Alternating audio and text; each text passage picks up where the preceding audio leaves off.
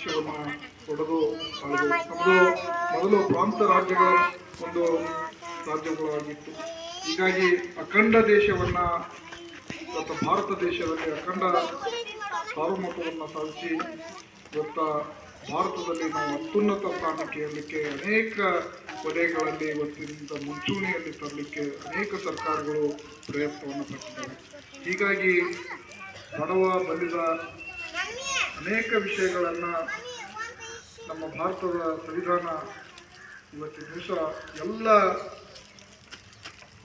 ಜಾತಿಯ ವೈಷಮ್ಯಗಳನ್ನು ಸರ್ವಸಮಾನವನ್ನು ಮಾಡಿ ಈ ದೇಶದಲ್ಲಿ ಸ್ವತಂತ್ರವಾಗಿ ಎಲ್ಲರಿಗೂ ಬದುಕಲಿಕ್ಕೆ ಹಕ್ಕಿದೆ ಅಂತಕ್ಕಂಥ ಮಾತನ್ನು ಡಾಕ್ಟರ್ ಬಾಬಾ ಸಾಹೇಬ್ ಅಂಬೇಡ್ಕರ್ ಅವರು ಸಂವಿಧಾನವನ್ನು ರಚನೆ ಮಾಡೋದ್ರ ಮುಖಾಂತರ ನಮಗೆ ಹುಟ್ಟಿಸಿಕೊಟ್ಟರು ಅಂತಕ್ಕಂಥ ಮಾತನ್ನು ಈ ಸಂದರ್ಭದಲ್ಲಿ ಹೇಳಿ ಎಲ್ಲ ಕಾರ್ಯಕ್ರಮಕ್ಕೆ ನೆರೆದಂಥ ಎಲ್ಲರಿಗೂ ಊರಿನ ಎರಡು ಮಾತು